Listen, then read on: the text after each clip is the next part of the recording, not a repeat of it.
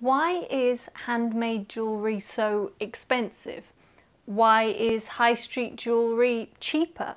What am I paying for? Hello, today I will be talking you through why jewellery costs what it does, and hopefully shedding a bit of light on the sometimes mysterious and uncomfortable subject of money.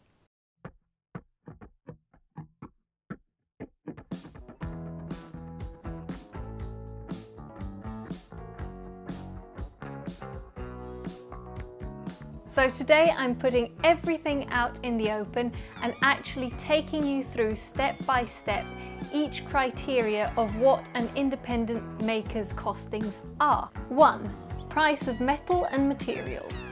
Metals and gemstones are expensive. 2. Time. Often we spend days or even weeks working on your piece alone. 3. Running costs. So in order for me to do my job, I obviously need the materials to do the job, but I need tools to do the job with. 4. Profit. Is it money to just jet off to the Maldives on holiday? Well, I really wish it was, but unfortunately, no. Our profits are basically the money that we need to reinvest into our business and cover the costs that I mentioned earlier of the rent, the maintenance, the equipment, the bills, everything that we need to actually maintain to stay afloat. 5.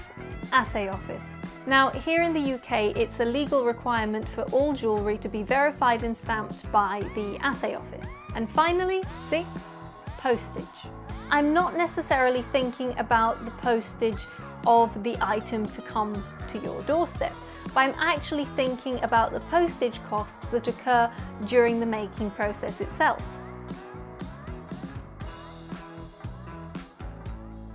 So now that you've got an understanding of exactly what goes into costing a piece of jewellery and what you are actually paying for, let's talk about the bigger companies and how they are able to often undercut smaller makers.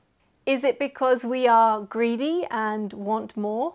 Well, as you can see, I'm not exactly rolling in money, so I don't think that's it. Is it because they have perhaps less expenses? Well, actually no, they have more expenses, if anything. Think about employees, advertising, owning shop fronts. So why is it that often they are so cheap? So let's deconstruct their costing according to the costing that I have just verified for you, knowing that they have to calculate the exact same things and more. So there are costs that are the same for everyone basically. So the assay office costs, the postage costs, the tool costs, that's all the same for everyone basically. And as I already mentioned, their profit markup is between 100 and 150%. So the variables that we're left with are actually the materials and the labour. So let's just take a hypothetical example. Say you see a £400 gold ring in a shop window. Let's say that their markup for this particular store is, let's be conservative, that 100% markup. So let's deduct that and we are left from £400, we are left with £200. Yeah? Now, of these £200, at least £50 of them are their expenses. So for the postages, for the assay office, for all these things that we mentioned before. So that's £50 gone. Plus consider as well they've got a lot more costings because of their advertising and because of their running costs of shops, etc. So even if we're being really conservative, that leaves us with £150. Now that £150 needs to split between the materials and the labour costs. Now at this point I would actually refer you back to that Cookson's page that I sent you to before to calculate the value of your gold just in material costs. Now in most cases when I actually look at a lot of these pieces that I see on the high street, if I just look at the raw material costs of what this ring should be, it's often higher than the end cost, which doesn't quite add up. But even if it's not, it's definitely higher than the amount that is left for not only materials, but materials and labour. So how is this possible? Well, I've got a very simple answer for you. Basically, having cheap materials and very cheap labor. In big companies, labor is still often outsourced to other countries where labor is much cheaper and people are often taken advantage of. And as we've seen, it is impossible for that particular ring or piece of jewellery to actually be made from the materials that we hope it's made from, because the value in itself is higher than the price that they're putting it out of. And we all know that the profit needs to be taken off from that. So what are you left with? You're left with maybe £50 towards material. That doesn't seem quite right. So the basic rule is cheap labor plus cheap materials equals low cost and cheap work. So next time that you're on the high street, window shopping through a few jewellery stores, just have this in the back of your mind. And actually, if you see that £400 ring, just ask yourself, is it a £400 ring, or is it a ring that is actually maybe at the end of the day in sheer material costs worth maybe £50 if you're lucky? Now, obviously, at the end of the day, what you decide to buy and where you decide to buy is completely your choice. If your main priority is budget, and there's absolutely nothing wrong with that, then yes, high street might be perfect for you. But bear in mind that even the amount of money that you are spending doesn't actually equate to the value of the piece that you're buying. Obviously, I'm biased, I am an independent maker, but today I'm just being really honest and really upfront with you and actually sharing this costing sheet, as it were, with you. Because yes, there are extra costs above the labor and above the materials that you are paying for when you're buying a piece of jewellery, but you're paying for them no matter whether you go to an independent maker or whether you go to a big franchise. It's just a question of actually understanding where that money is prioritized for the two aspects. For me, materials and labor always take priority over profit, while for a big company, profit always takes priority over materials and labor. So at the end of the day, to me, I think it's always better buying from an independent maker. Be it a jeweler, be it an artist, be it a designer, be it a fashionista.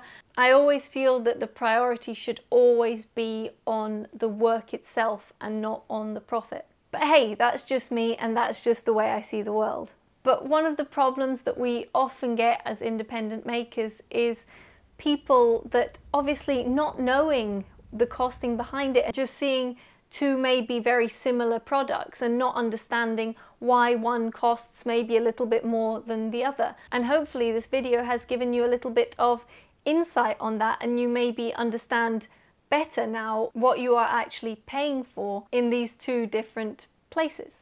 But unfortunately, one of the problems that we have as independent makers is that yes, we are having to contend with these big companies, big corporations, and it's hard enough to do that and actually be seen and make a viable living from it. And that is why a lot of the time independent makers fold. But another reason is because often we are asked this question of, oh, well, why does it cost this much when I can get something else that's cheaper on the high street?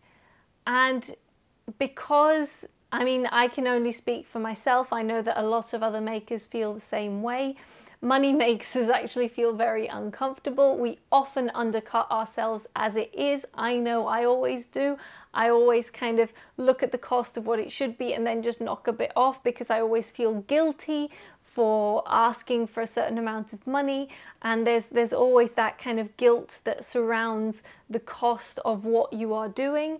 But maybe having a client that comes in and points out, no, that's too expensive, and why does it cost this much when I can get it for this amount somewhere else, or these kind of things, it doesn't help really the confidence of a maybe new maker, an emerging maker, because we already undercut ourselves And then that might just be a catalyst for us to knock off a bit more and knock off a bit more and knock off a bit more, just to try and contend with these big corporations. And that is why independent makers fold, because we are having to contend, and because a lot of people don't really understand why they maybe spend a little bit more with an independent maker. But for that extra little bit of money that you're spending, and most of the time it's not a lot more, it's maybe just a little bit more, but you are getting a lot more for it. Now, I'm not saying that actually maybe approaching a maker and saying, right, I would like this, but my budget is only this. There's nothing, absolutely nothing wrong with that, because we are there to work with you in accordance to your budget. And equally, if you ask for a price for something and realize that it's out of your budget, there's nothing wrong with saying, oh, that's a bit out of my price range. And there's absolutely nothing wrong with that, because everyone does have a price range. It doesn't matter if it's £10 or £1,000, but that is your price range, and that is absolutely nothing wrong with that. But one thing that I urge you to do is maybe phrase it in the terms of, that's out of my price range. Is there anything that you could do for me in my budget? Or that's a little out of my price range for now, but I might come back at a later stage. But the phrase that often is used, and I'm not saying that it's used with any malice or any bad intentions, but the words, that's too expensive, just left like that, often a maker will actually feel very bad about what they've made, and maybe think that it's not worth that amount, and question themselves, and while already maybe undercutting themselves, they go to undercut themselves even more, and that might just be an extra step for someone's business to fail, basically. So yes, that's just a little favor that I can ask from all us makers here, because I do believe that as independent makers, we have something of real value to offer. And I do believe that we all undercut ourselves and undercost ourselves, and we are worth more often than what we are putting out there. But there is equally nothing wrong with saying that it's maybe too expensive for you or for your budget. But I do not believe that we are too expensive, because I believe that what we have to put out there is worth it, and most of the time worth more. So that's my little spiel for us makers and my personal opinions. But if you have differing opinions, there's absolutely nothing wrong with that, and absolutely each to their own. But that's just my personal opinion. So I hope you've enjoyed this little video today, and I hope that maybe now you have a better understanding of what goes on in the pricing process to actually cost up an item of jewellery or a commission for you. If you have any questions, then please don't hesitate to get in contact directly through my social media at Lorna Design, or through my website at lornaromanenghi.com, and I am always happy to hear from you. And if you've enjoyed this video, then please don't forget to subscribe to my YouTube channel and click the notifications button, which will keep you up to date with any new releases, and that will help support an independent maker in a small way that doesn't cost you anything, and it just allows me to keep going and keeping you informed to everything that goes on in the jewellery world. So thanks again for listening and joining me on my YouTube channel today, and see you next week for my next video.